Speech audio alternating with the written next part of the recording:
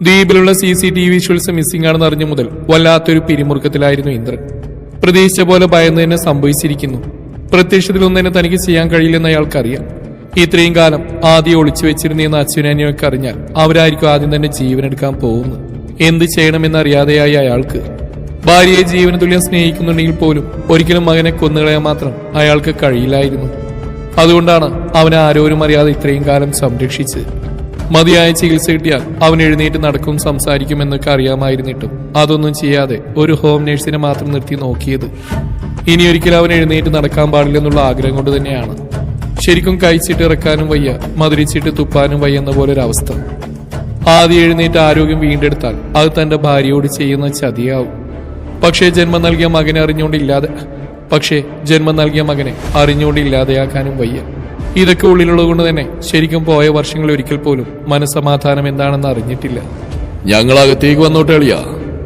വാതിക്കൽ നിന്ന് മാധവന്റെ ശബ്ദം കേട്ടതും ഇന്ദ്രനൊരു ഞെട്ടലോടെ അങ്ങോട്ട് നോക്കിപ്പോയി. മാധവനും ദയയുമുണ്ട് കൂടെ. ഇരുവരെയും ഒന്നിച്ചു കണ്ടതും ഇന്ദ്രനൊന്ന് വിളറി ചിരിച്ചു. എന്തു പറ്റിയാളിയാ? എന്താ ഒരു വെപ്രാളം പോലെ? ഒന്നുമില്ല, ഞാൻ വെറുതെ ഓരോന്ന്. എനിക്ക് മനസ്സിലാവും, അന്ന് രാത്രി ആദ്യം ആ പെണ്ണിനെയും കൊണ്ട് വന്ന സമയം തന്നെ അവളെ ഇറക്കി വിടേണ്ടതായിരുന്നു. അവൾ ഒറ്റൊരുത്തിയാ നമ്മളിപ്പോ അനുഭവിച്ചുകൊണ്ടിരിക്കുന്ന ഈ പ്രശ്നങ്ങൾക്കൊക്കെ കാരണം. മാധവൻ പല്ലടിച്ചു പറഞ്ഞുകൊണ്ട് റൂമിലിട്ടിരിക്കുന്ന സോഫയിലേക്ക് ഇരുന്നു. ദയയും ഇരുവരെയും നോയിക്കൊണ്ട് മാറി നിൽക്കുന്നുണ്ട്. അതിന് മീരമോൾ എന്ത് ചെയ്തു എന്നാ മാധവ നീ പറയുന്നേ? ആരോടും എതിർത്തുപോലും സംസാരിക്കാൻ അറിയാത്തൊരു പാവം കുട്ടിയല്ലേ അവള്. അയാൾക്ക് ഇപ്പോഴും മീരയോട് ദേഷ്യമൊന്നുമില്ല. പിന്നെ പാവം, അവള് പാവായിരിക്കും. എന്നാലും ആദിക്ക് ഈ മനംമാറ്റൊക്കെ വന്നു തുടങ്ങിയത് ആ പാവത്തിനെ കണ്ടു മുതലാ. പിന്നെ ആ അയ്യരുടെ മോളല്ലേ അവളും. വെട്ടിയിട്ടാലും മുറി കൂടുന്ന ജനുസ. എത്ര വെട്ടിയിട്ടിട്ട് കൊടുക്കാൻ ജീവനോടെ തന്നെ മണ്ണിട്ട് മൂടേണ്ടി വന്നതല്ലേ. ഏതോ ഓർമ്മയിൽ നെറ്റിയിലെ പാടിൽ തഴുകിക്കൊണ്ട് മാധവൻ പറയുമ്പോൾ ഇന്ദ്രന്റെ നെഞ്ചിലൊരു മിന്നലേറ്റതുപോലെ തോന്നിപ്പോയി. 3 പേരുടെ ചോര കയ്യിൽ പുരണ്ട ആ രാത്രി ഇന്നും തന്നെ വേട്ടയാടുന്നത് പോലെ. ഇന്നും അതിലെ തെറ്റും ശരിയും തിരിച്ചറിയാൻ കഴിഞ്ഞിട്ടില്ല. എന്തിനു വേണ്ടിയായിരുന്നു ആ പാപം? തങ്ങൾക്കൊപ്പമുള്ള ആദ്യമല്ല സൂര്യനാണെന്ന് അയ്യർ തിരിച്ചറിഞ്ഞുകൊണ്ടോ, അതോ ആദ്യയെ കൊല്ലാൻ നോക്കിയ കുറ്റത്തിന് സ്വന്തം ഭാര്യ പിടിക്കപ്പെടുമെന്ന് അറിഞ്ഞുകൊണ്ടോ, അതുമല്ലെങ്കിൽ തന്റെ മകന്റെ പ്രണയായുടെ മൂത്ത മകനായിരുന്നുകൊണ്ടോ? ശരിക്കും അവരുടെ കുടുംബത്തെ എന്തെങ്കിലും ചെയ്ത് അവരുടെ അച്ഛനമ്മയ്ക്ക് എങ്ങനെയാ? ദയയുടെ സംശയത്തോടെയുള്ള ചോദ്യമാണ് ഇന്ദ്രനെ തന്റെ ചിന്തകളിൽ നിന്ന് ഉണർത്തിയത്. അയാൾ ഒരു ഞെട്ടലോടെ അവളെ നോക്കിപ്പോയി. അതൊന്നും പറയണ്ട മോളെ. അന്ന് സീരിയൽ കില്ലറുടെ കേസ് അന്വേഷിക്കാൻ ഇങ്ങോട്ട് വന്നതാണ് അയ്യര്. അയാൾ അസിസ്റ്റ് ചെയ്യാനുണ്ടായിരുന്നത് ചന്ദ്രശേഖറും. അയാൾ വഴിയാ അയ്യരുടെ അന്വേഷണത്തിന്റെ ഡീറ്റെയിൽസ് ഒക്കെ നമുക്ക് കിട്ടിക്കൊണ്ടിരുന്നത്. നമ്മുടെ നിലനിൽപ്പിന്റെ പ്രശ്നത്തിലാവുന്ന ഉറപ്പായപ്പോ അയാളെ തീർക്കെന്നല്ലാതെ മറ്റൊരു മാർഗം ഇല്ലാതായി പോയി. ഒരു തെളിവില്ലാതെ അവസാനിപ്പിക്കാൻ ലക്ഷങ്ങളാ ചന്ദ്രശേഖരനും പിന്നെ അയ്യരുടെ വീട്ടിൽ ഡ്യൂട്ടി ഉണ്ടായിരുന്ന പോലീസുകാർക്കും കൊടുക്കേണ്ടി വന്നത്.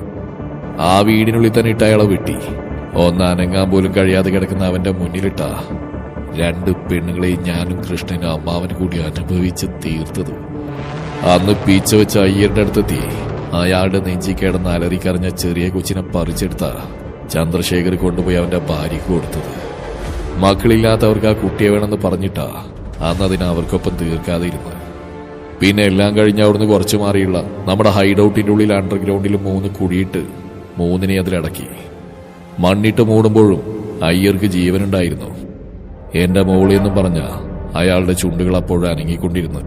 മാധവൻ പുച്ഛത്തോടെ പറഞ്ഞു നിർത്തിയതും തെളിയും കുറ്റബോധമില്ലാത്ത അയാളുടെ മുഖത്തേക്ക് നോക്കിയിരുന്നു പോയി ദയ. 3 ജീവനെടുത്ത കാര്യം ഒരു കഥ പറയുന്ന ലാഘവത്തോടെ അയാൾ പറഞ്ഞ് അവസാനിപ്പിച്ചു. ഇങ്ങനെയും ഒരു മനുഷ്യനോ എന്ന് ചിന്തിച്ചു പോയവൾ, ഇത്രയൊക്കെ ചെയ്തിട്ടും അന്ന് പക്ഷേ ഞങ്ങൾക്കൊരു തെറ്റുപറ്റി. അയാളുടെ 2 ആൺമക്കളെ വെറുതെ വിട്ടു. പാടില്ലായിരുന്നു. ഒരു ഇരയല്ലെന്ന് കരുതി വിട്ടുകളഞ്ഞ അവരാ ഇന്ന് മഹൽ സാമ്രാജ്യത്തിന്റെ മുകളിൽ പത്തി വിടർത്തിൽക്കുന്ന സർപ്പം പോലെ ആയത്. മാധവൻ അമർഷത്തോടെ മുഷ്ടിയിരുട്ടി. നിനക്ക് തെറ്റി മാധവ. അതിലും വലിയ സത്യമായി മാറി നമ്മളെ വിഴുങ്ങാൻ പാകത്തിന് നിൽക്കുന്നത് 15 വയസ്സ് മുതൽ നമ്മൾ പോറ്റി വളർത്തിയ ആ ചെകുത്താനാ സൂര്യനാരായണൻ. അങ്ങോട്ട് വന്നുകൊണ്ട് മാധവൻ പറഞ്ഞതിനെ തിരുത്തി ദേവദത്തൻ പറഞ്ഞതും ഇന്ദ്രനും മാധവനും ദയയും ഒരുപോലെ അയാളെ നോക്കി. സത്യമെല്ലാം അറിഞ്ഞ നിമിഷം തീർക്കേണ്ടിയിരുന്നത് അവനെ ആയിരുന്നു. അത് ചെയ്യാതിരുന്നുകൊണ്ടാ അജുൾപ്പെടെ നമ്മുടെ മക്കളെല്ലാം ഇന്ന് നമുക്കെതിരെ തിരിഞ്ഞത്. അവനെയും ആ രുദ്രനെ ഇല്ലാതാക്കുന്ന ഇപ്പോ അത്ര എളുപ്പമുള്ള കാര്യമില്ല അമ്മാവ. നമുക്ക് ഒറ്റക്കതിന് കഴിയേയില്ല. മാധവൻ നിരാശയോടെയും ഉള്ളിലുടലെടുത്തു തുടങ്ങിയ ഭയത്തോടെയും പറഞ്ഞു നിർത്തി. സൂര്യന് രുദ്രൻ എന്താണെന്നും എങ്ങനെയാണെന്നും ഇപ്പൊ വ്യക്തമായി തന്നെ അറിയാം. കഴിയുന്നവരും ഉണ്ടല്ലോ കൂടെ. വല്ലാത്തൊരു ചിരിയോടെ കൃഷ്ണൻ പറഞ്ഞതും മാധവനും ദത്തനുമൊക്കെ ചിരിച്ചു. അവൻ തിരിച്ചെത്തുന്നവരെയും നമുക്കൊക്കെ ആയുസുണ്ടെങ്കിലല്ലേ? മൂവരുടെയും ചിരിയിലേക്ക് നോക്കിക്കൊണ്ട് ചുണ്ടിൽ വിരിഞ്ഞ പുച്ഛത്തോടെ ഇന്ദ്രൻ പറഞ്ഞു പുറത്തേക്ക് പോയതും മാധവനും കൃഷ്ണനും ദത്തനും പരസ്പരം നോക്കിപ്പോയി. അവനെന്താ പറ്റിയ മാധവ? അറിയില്ല, പക്ഷെ എന്തോ ഉണ്ടാമാവ. ഞാൻ ഇങ്ങോട്ട് വരുമ്പോ ആദ്യം പിടിച്ചു നടപ്പായിരുന്നു. മാധവൻ ഓർത്തുകൊണ്ട് പറഞ്ഞതും ബാക്കി രണ്ടുപേരും ഇന്ദ്രൻ പോയ വഴിയെ സംശയത്തോടെ നോക്കി നിന്നു. ആ സമയം തന്നെ ഫോണിലെ ക്യാമിൽ ഷൂട്ട് ചെയ്ത വിഷ്വൽസ് ഒക്കെയും ദയ എന്ന സിമ്പിൾ മാത്രം സേവ് ചെയ്ത വാട്സാപ്പ് കോണ്ടാക്റ്റിലേക്ക് ആർക്കും സംശയം തോന്നാതെ ഷെയർ ചെയ്തുകൊണ്ടിരുന്നു.